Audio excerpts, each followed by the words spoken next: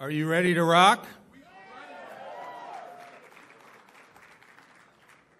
As I look out and see a lot of uniforms and neckties, maybe rock and roll was not what you were expecting tonight. Amen, brother. But our keynote speaker tonight truly rocks and truly brings passion to the stage. Whether he's singing Every Rose Has Its Thorn, that's right, or talking about his love for our military families, absolutely. He brings the crowd to its feet. Bret Michaels is best known as a solo artist and lead singer of Poison. There you go. Which has sold more than 30 million records worldwide.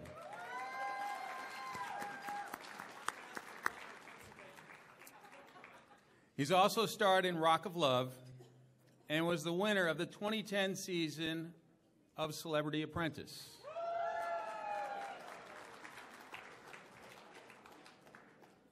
Questions about Mr. Trump we'll ask later. Okay.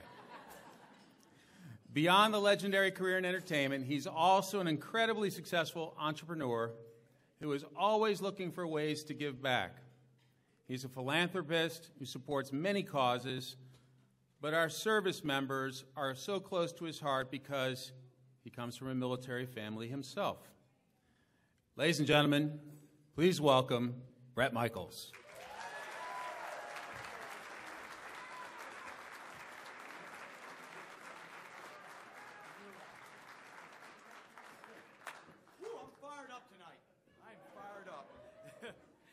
First of all, I want to say this. It is such an honor to be here tonight. I've been wanting to do this for a couple years now. We've been talking about it and making this happen, and to be standing in a room with such amazing, amazing people. I cannot say it better than this. I speak from my heart. Can't thank you enough for the freedom that I get, that my family gets, all the service you all put in. How about a huge round of applause for our men and women in the military who do this?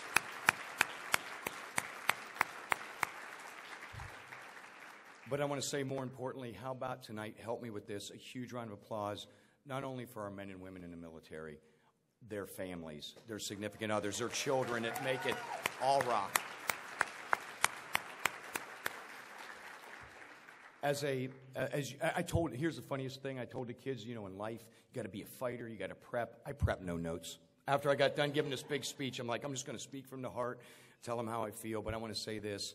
It is, again, I want to say this, tonight is a celebration of 5 amazing, amazing kids that have done great things. I got a chance to hang out, got a chance to talk to them about their achievements they're doing now, what they've done, and where they're going. And I said, due to grace of God, good medical attention, and a big fight, and some great parents, I'm still here to be able to stand on the stage, hang out with you all, and have a great life. And I want to thank not only their families, I want to thank our men and women, their families, for the most important thing. I get to play music the way I want to do it.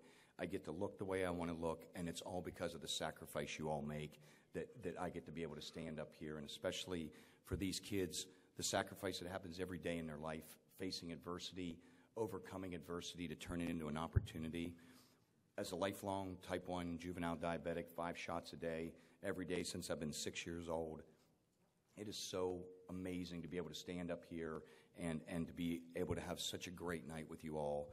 And I just want to say this. I could go on and on because there's so much I want to say, but the most important thing tonight about everything is I want to absolutely congratulate these kids on their fight, overcoming any adversity, taking a great chance to make some great opportunities, and hopefully one day be rocking this country just like you all are doing right now. So thank you very much for allowing me to be here. I hope I get to do it next year, even if I just come here and enjoy a good steak and a beer and hang out and have a good time.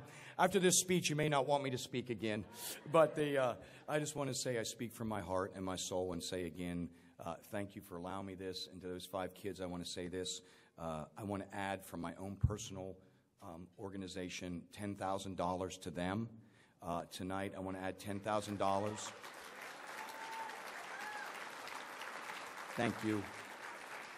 And That's just a beginning, and if I did my multiplication tables right, that brain hemorrhage had no effect on me whatsoever after the opera. I just want to tell you. After that, I just want to tell them, and I believe that comes down to $2,000 each. I told them I was going to donate something. All of them have such great causes, and I hope that that will help to kickstart it. All right, Operation Homefront, love you. Wounded Warrior Project, we've been sitting at this table talking about real life and Operation Homefront. I just want to say to all you guys, thank you very much for allowing me to come up here, all right? Thank you. This is cool. Have a great night. Enjoy it again. Mike, where are you? All right.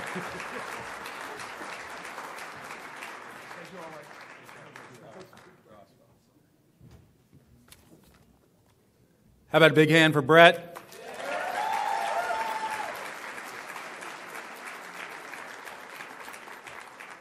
A rock star who's perpetually on tour, but making time for what's really important. So we salute you, Bret. Thank you.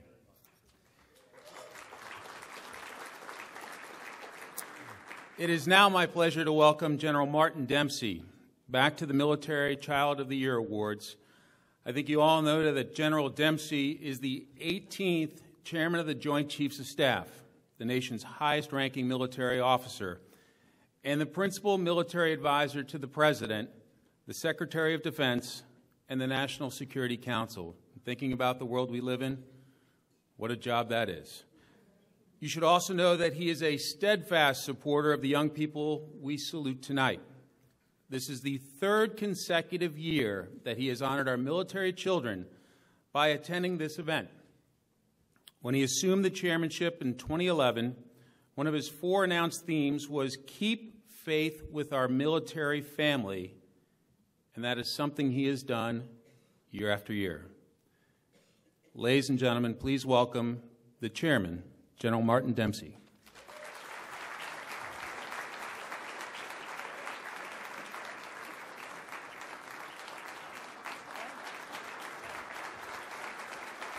Wow, you don't need to do that. Thanks very much. Jim and Annalise, they are a couple tonight, and they're our host and hostess. And how about we give them a round of applause? I do get to do a lot of really exciting things as chairman, and some things that are not so exciting, to be honest with you. But this is something that Deanie and I put on our calendar right at the beginning of the year because, I mean, how can you not fall in love with military children, the young men and women who follow us around in this wonderful adventure that we take on when we graduate from college or wherever we matriculate into the service from. It's an inspiration to meet them every year, and especially this particular group who I suspect have greatness in their future. And each chief, and by the way, I'm so honored to represent the Joint Chiefs, that is to say the heads of each service who are here tonight, who are just a terrific group of men, and someday we hope women, who do, try, frankly, to do what's best for the country in some pretty extraordinary circumstances. So I'm honored to represent them. I would like to mention to you that on this day in history, it's always good to remember our history. On this day in history, April 9th, 1959, there's probably not too many of you in the room that actually were alive in 1959. But in 1959, oh yeah, thanks. We have one hand back there. Thanks. You're making me feel a lot better about this whole event tonight. NASA introduced the first ever astronauts, and there were 7 of them.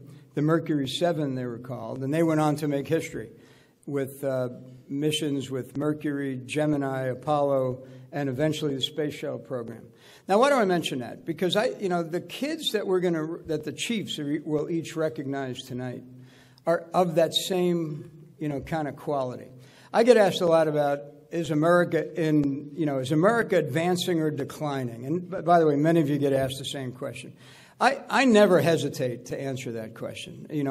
What makes America great is the people that commit themselves to being not only the best they can, but standing for something greater than themselves. And the young men and women who we're going to meet tonight as the Military Children of the Year actually fit very well into that pattern, into that mold, really, of American exceptionalism. They're not satisfied just to be average, or they're not satisfied just to, live life day to day. They want to make a difference. And I think that's actually what sets us apart when you really come down to it. And these young men and women that we're going to introduce tonight they are already, but they will continue to be leaders of consequence for our nation, for themselves, for their families, for their communities, and ultimately for their nation. I tell people that there's only two things that we can't accept in our youth, and they are young men and women today can't be bystanders. They just can't let it pass them by. They've got to actually grab it. They got to be part of it. They got to try to make a difference. And by the way, the good news is most of them actually get it and are committed to doing so. And the second thing is we can't really just be we can't settle for mediocrity. The world that confronts us, frankly, it just doesn't, we're not going to make a difference in the world we confront if all we aspire to be is mediocre. So, the kids we're going to meet tonight, great young men and women of military families, they won't be bystanders, and they will not accept mediocrity, and they will make a difference. And so it's my great honor to do that. Now, I have to do one other thing, because I've done it every year, and that is I got to sing something. So, and I would like to make note of the fact that, the famous Bret Michaels was actually so intimidated by that he chose not to sing tonight. So he was actually going to sing, every rose has a thorn. And I said, don't do it, man, because I'm going to get up after you. And it won't go. No, I'm kidding. I didn't do that. In fact, if you had sung up here, I wouldn't be talking crap right now, frankly. But since you didn't, it opened the door, right? So. And I was sitting next to Jim Knotts, and he mentioned to me that he served in Desert Storm. And it reminded me that one of the most inspirational songs in our lifetime, it seems to me, was Lee Greenwood's famous Proud to Be an American. So I'm only going to do the first verse, and you're going to help me at the appropriate point in time with that. But I would like to suggest to you that we got a lot to be thankful for in this country. And maybe one of the ways we could express it tonight is if you join me in the singing of that particular song, or at least part of it, okay? So we're going to do it. It's quite an emotional song, and I actually hesitated to choose to try to do that, but we're going to try to do it. And if you help me, it'll actually go a long way to helping me get through it. You want to come up and do it? No, come on up, really. I've never sang with you. All right.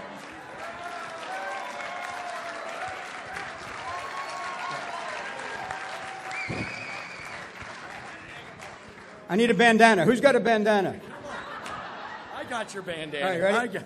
Okay. Oh, thank you so use much. That. Here we go. You go. You nail it. I'm going to come in the chorus. I'm sure I'm you hitting will. The harmonies. I know you were going to show me up. I felt it already. If tomorrow all the things were gone, I worked for all my life, and I had to start again with just my children and my wife, I'd thank my lucky stars to be here with you today, 'cause this land still stands for freedom, and they can't take that away. Woo! And I'm proud to be an American, where at least I know I'm free. Come on. And I won't forget the men who died, who gave their life to me, and I gladly stand up Go. and defend her still today, 'cause there ain't no... I love this land. God bless the USA.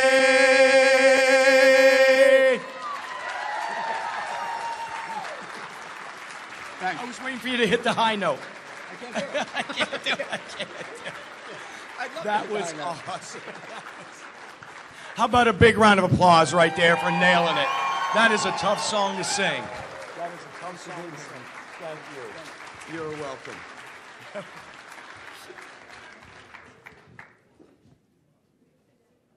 was great. Now every rose.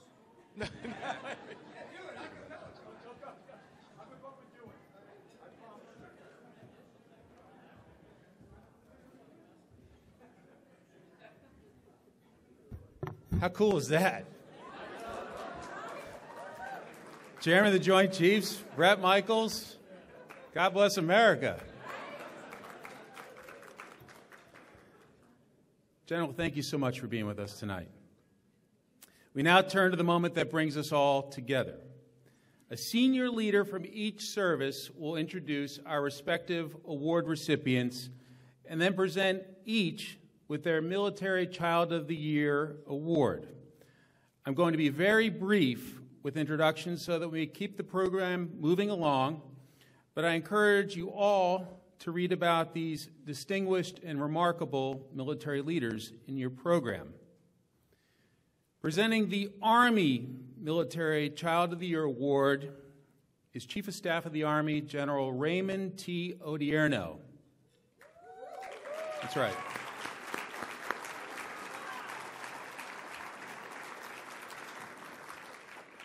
He is perhaps best known as the commander of multinational corps in Iraq from late 2006 to early 2008, where he served as the day-to-day commander of all coalition forces in Iraq and was one of the primary architects of the surge into Baghdad. I can also tell you that the folks I see every day on Capitol Hill know him as a fierce advocate for the troops and will go toe-to-toe with anyone on their behalf. An outstanding Jersey boy, please welcome General Odierno.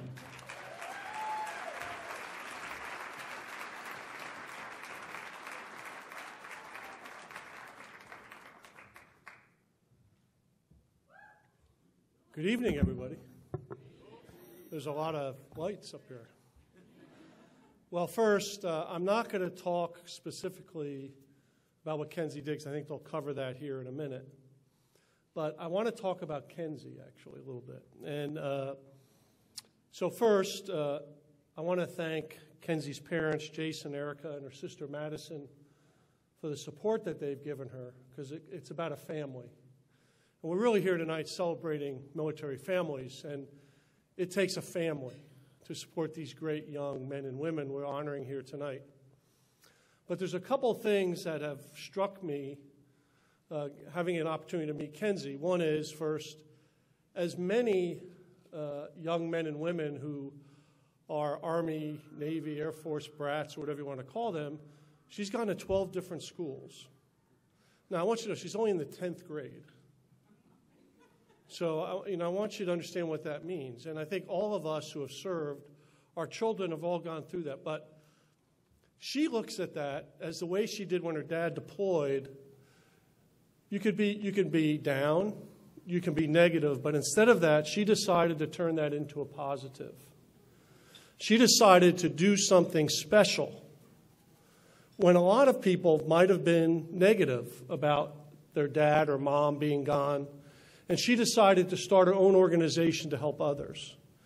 She did that first by understanding that she said it's important to go after your big dreams. And she did that while Dad was deployed, and then she started an organization that would help others to reach their big dream.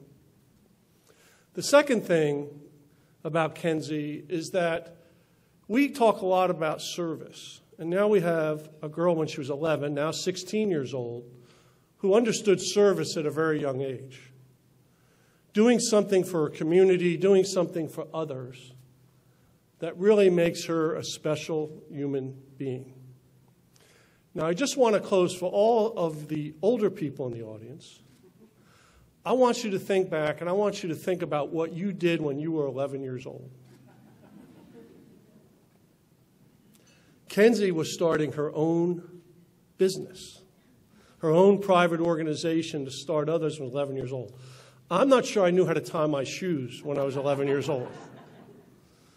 But she represents the resiliency, the vitality, the strength of the young people in our Army, and we're so proud of her.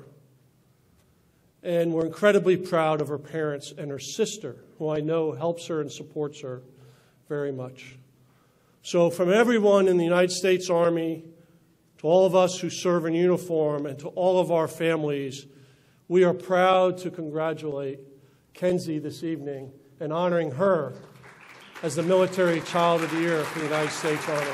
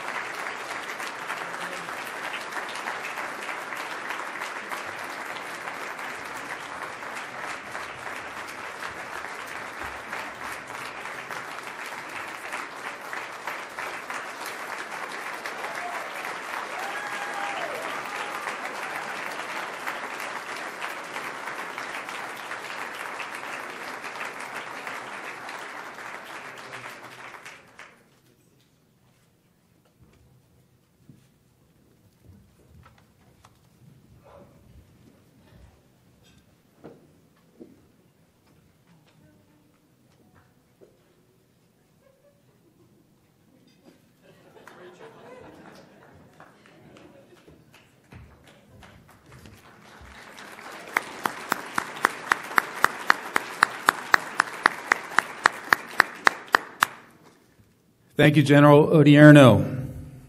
Let me just take a moment to say, on behalf of my colleagues and I at Fox News, my condolences, our condolences to the Army family and to the Fort Hood family. We are keeping all of you in our thoughts and prayers, and we know that community of Fort Hood will bounce back.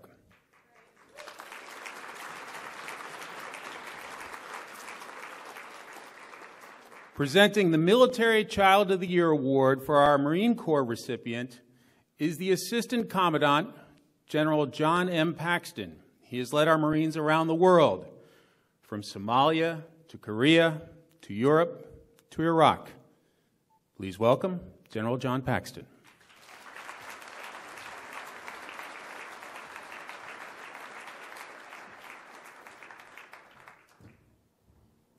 Thank you very much, and it's an honor and a pleasure to be with all of you tonight. And on behalf of the Marine Corps, I'd like to thank Operation Homefront and all the sponsors and the corporate representatives tonight for looking after and taking care of and recognizing those individuals who mean so much to all of us, soldiers, sailors, airmen, and Marines. So thank you all very, very much. It is...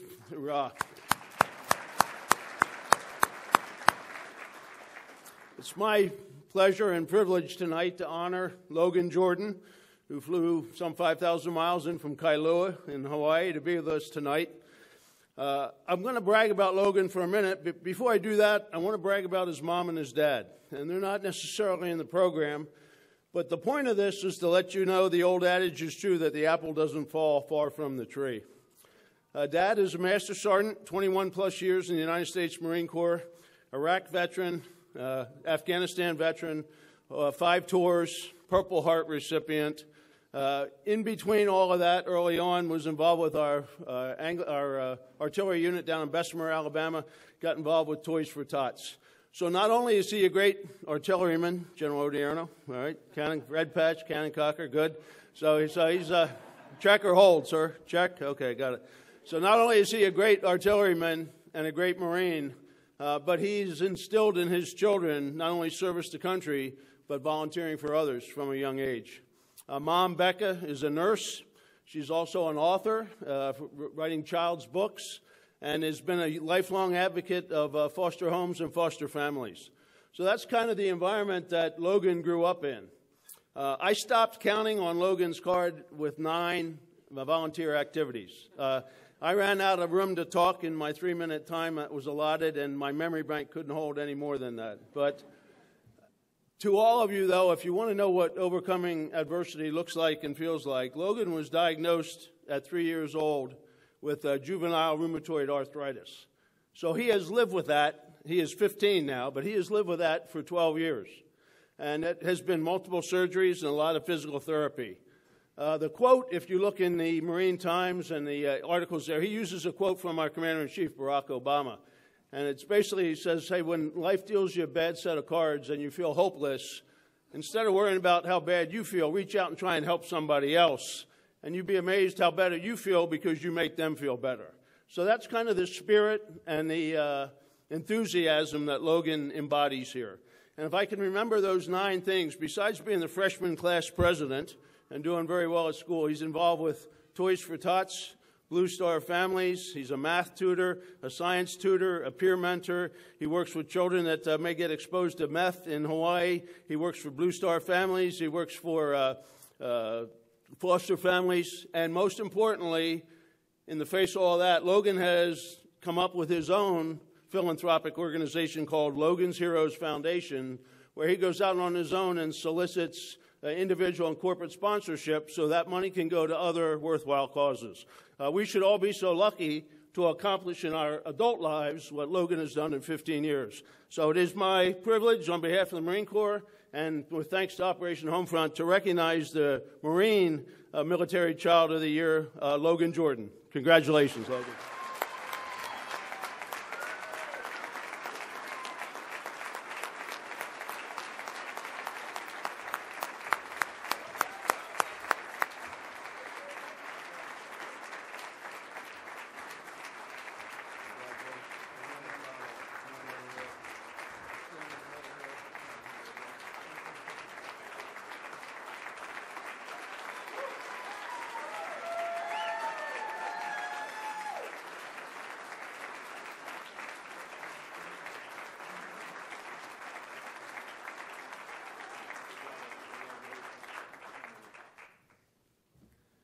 If I could steal the mic for one more second. I noticed when I was reading Logan's bio, he said one of the things he likes to do is last year when he was in, he spoke in front of Congress. And so for General Odierno or General Campbell, we could have used him this morning because we don't always get that. So.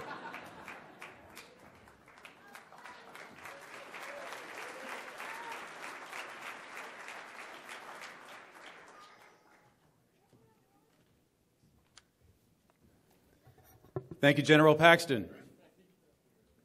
How awesome is this? I mean, this is great. Presenting the award to our Navy Military Child of the Year is the 30th Chief of Naval Operations, Admiral Jonathan Greenert. Admiral Greenert came up through the submarine fleet, and his leadership epitomizes the esprit de corps of those tight-knit units on submarines. In 1992, he was awarded the Vice Admiral Stockdale Award for Inspirational Leadership. Please welcome Admiral Jonathan Greenert.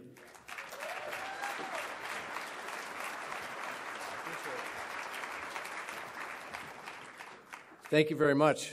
You know, you check my bio, it's got stuff on it. And what isn't in there, and perhaps my greatest accomplishment, is I come from this little hometown in western Pennsylvania, Butler, Pennsylvania. And let me tell you something, folks.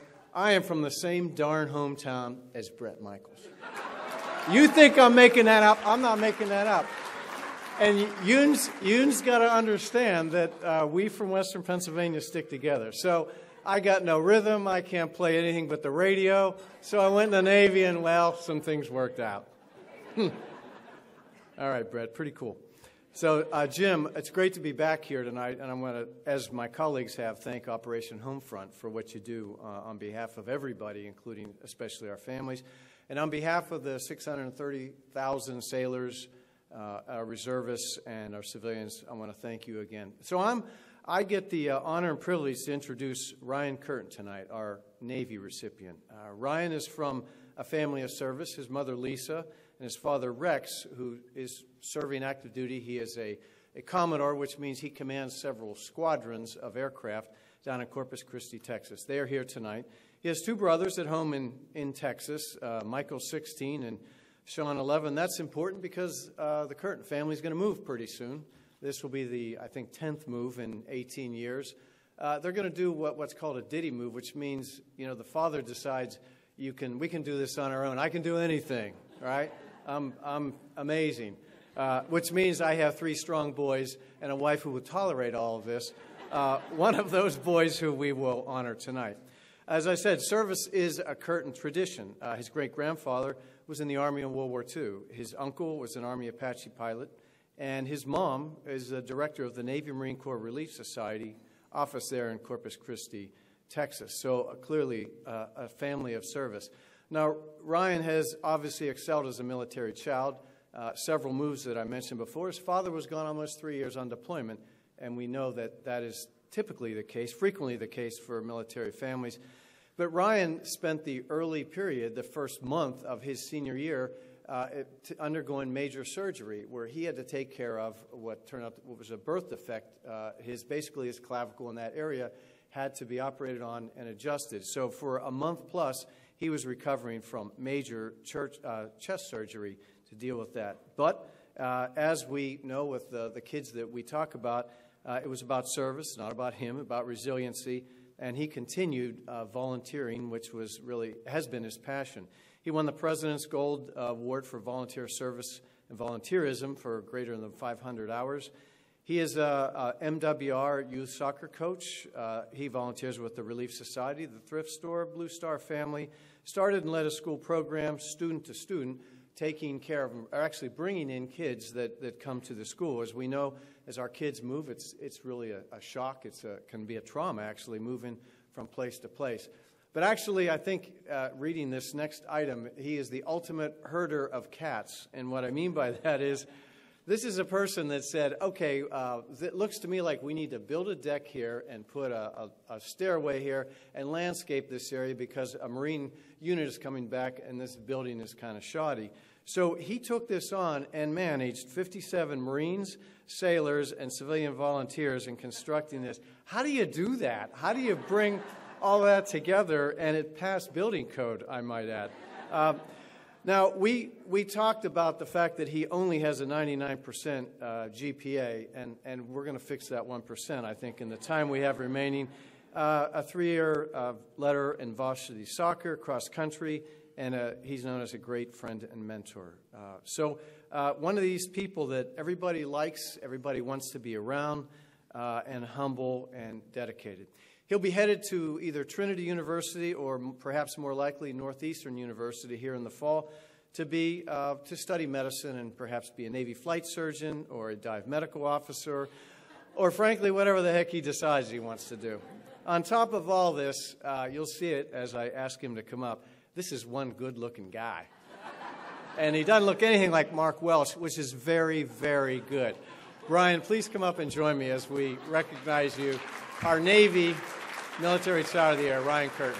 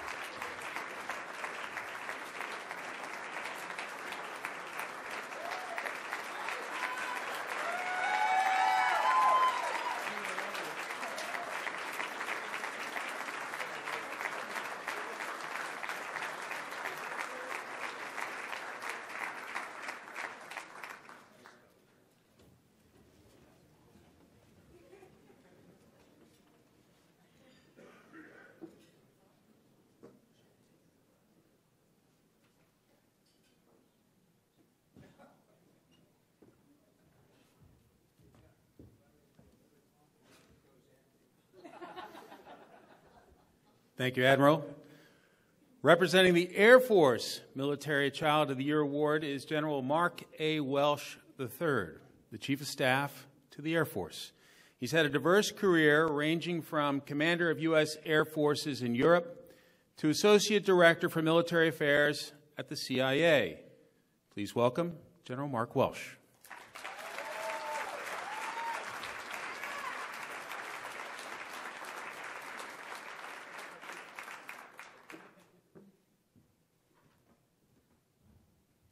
I just got to say what everybody's thinking. Those are serious socks, aren't they?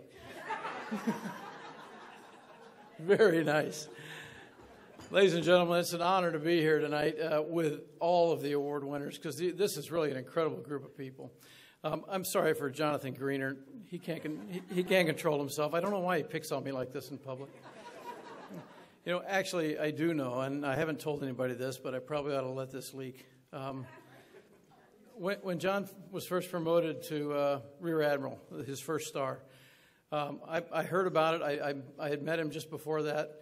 I saw him here in D.C. on a visit, and he was actually going out bird hunting that day. And I didn't have anything else to do, so he asked if I wanted to go along. He was going out for 3 days, and I said, sure, I'd love to do that.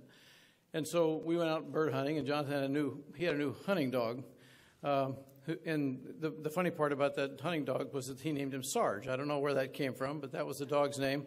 But I was a little nervous about going out with a new one-star Admiral, and so the first couple of days I kept calling the dog Admiral instead of Sarge, which I actually thought was kind of funny when it happened. And John really gave me a hard time about this, but I got back at him because after 3 days of being called Admiral, all that dog would do is sit on his ass and bark.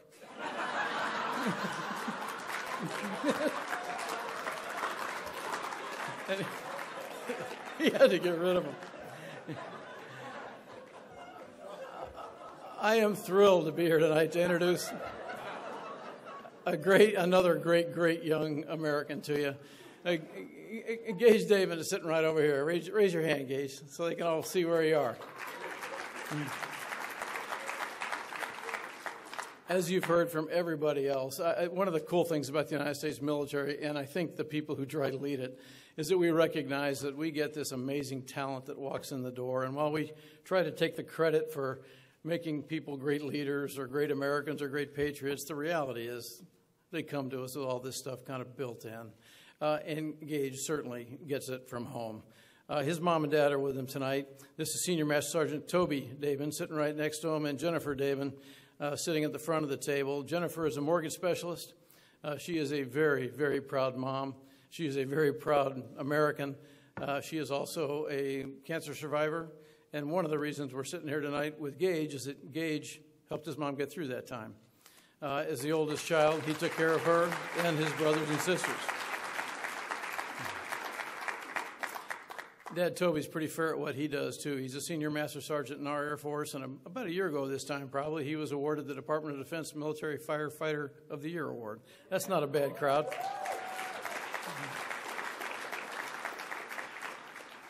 One of the great things about Gage is that he's like everybody else you've heard of. He's volunteered for everything, soup kitchens, the food bank, the VA hospital, tutoring kids in math, English, just about anything you can think of he's done, just like these other youngsters you've been talked to about today. He's also involved in all the same organizations. He's vice president of the National Honor Society. He's a leader and a Superior Cadet Award winner in his junior ROTC detachment.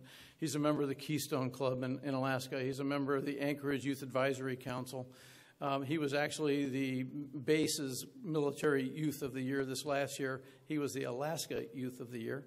He was the Pacific Air Force's Youth of the Year, and now here we are. No big surprise. He's the Air Force Youth of the Year. But let me tell you what's impressive about this young guy. It's not just the 4.0 GPA and all the advanced placement courses. They're all doing that. It's kind of stunning what they're capable of doing. It's not just that he's a nominee to all three service academies. And wants to go to Annapolis now. Can you believe that?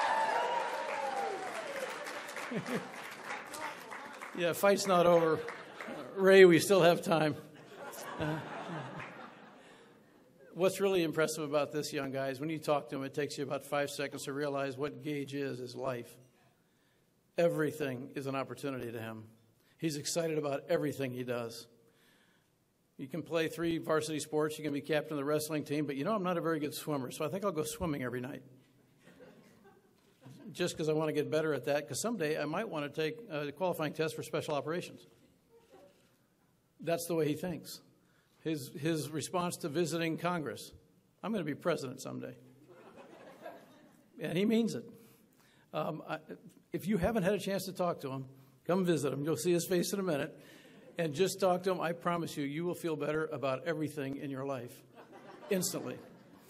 Gage, don't lose that. Don't forget the guy and the girl sitting next to you there who've made you the special person that you are.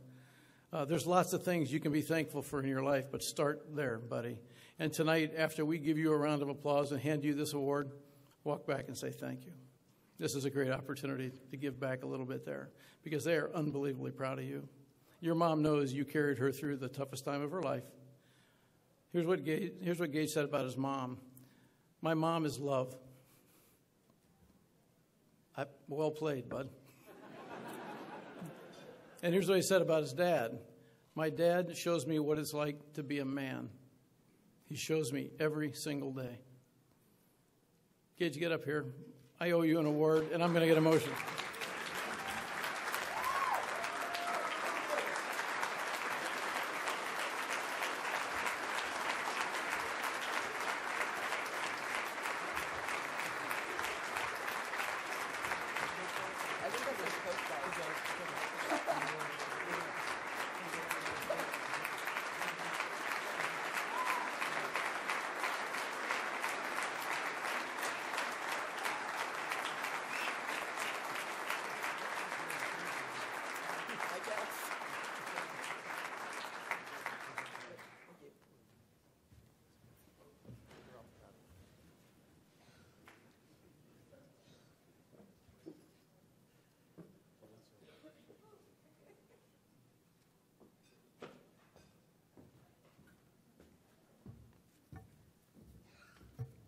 Thank you, General.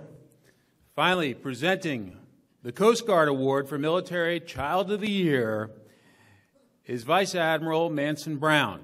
Vice Admiral Brown is the Deputy Commandant for Mission Support for all facets of support for the Coast Guard's diverse mission, set through oversight of human capital, life cycle engineering, acquisitions, telecommunications, and information technology, and 13 support bases around the nation. Please welcome Vice Admiral Manson Brown.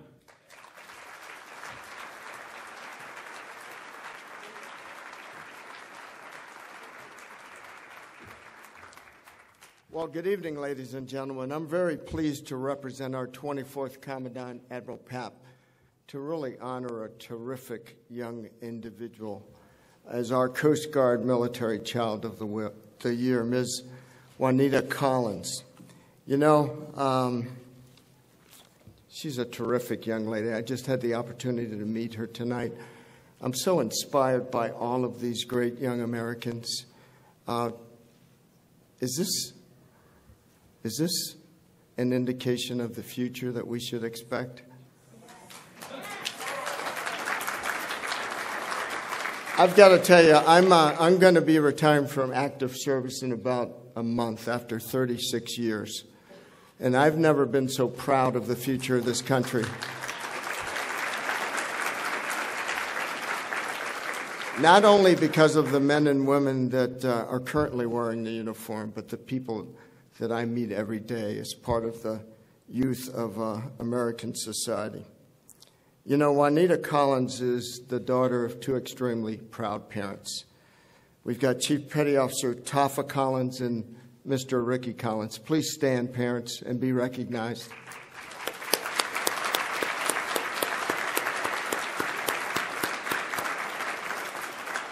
And I should also add, she's joined tonight by the rest of her siblings, Joshua, Julia, and Jasmine. Please stand and also be recognized.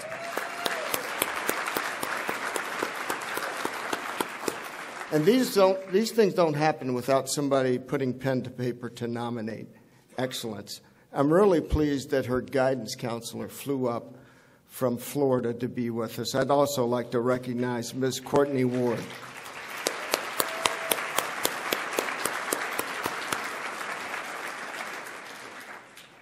Juanita is a positive, passionate, and powerful force within her community of Clearwater, Florida. She's an academic standout at Largo High School, maintaining an impressive 4.5 grade point average and ranking in the top 2% of her class of over 300 students. She's a member of the National Honor Society, and oh, by the way, she's senior class president. You know, in the field of sports, Juanita is a 4-year letterman on the volleyball team, earning team MVP all 4 years. She served as team captain for both her junior and senior year, and recently she represented her school as a selectee for the prestigious all-county volleyball team. These academic achievements are all made the more impressive by the fact that she bounced back from a torn ACL that she suffered at the beginning of the season. Juanita has dedicated over 300 hours to community causes such as Relay for Life, the Ronald McDonald House, in the Salvation Army. She bakes cookies for local residents at a local hospice, mentors elementary students with a junior achievement program, and teaches pre-K at Sunday school. In 2013, she was honored as a recipient of the Anne Frank Award by the Florida Holocaust Museum. Now, Juanita is also graced with a terrific singing voice, and she counts people like Bret Michaels and Beyonce as some of her top entertainers. Ms. Collins is a shining light for her family, her school, her community, and our nation. You know, she's sure to continue to shine that light as she heads off to FSU to pursue her dream of being a pediatrician. Ladies and gentlemen, please join me in recognizing a truly amazing young woman, the Coast Guard Military Child of the Year, Juanita Collins.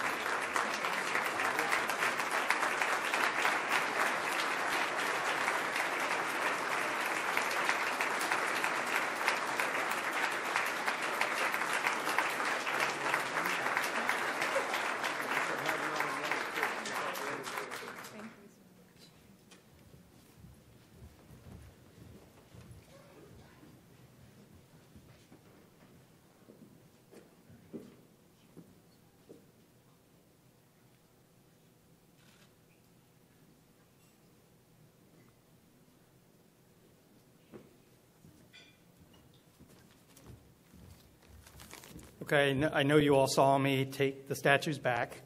We're going to ship them to them so they don't get broken, and they absolutely get to keep the statues.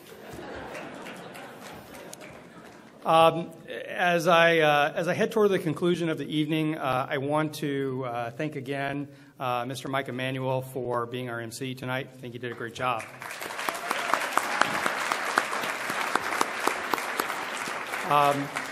And I know tonight is a really special night for Mike, who would be very humble and be happy if I didn't point out that he is actually reported from Iraq and from Afghanistan side by side with our troops.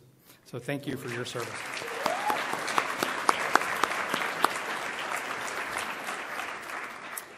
As we conclude our evening, I want to offer a final congratulations to our our 5 award recipients. One more round of applause, please.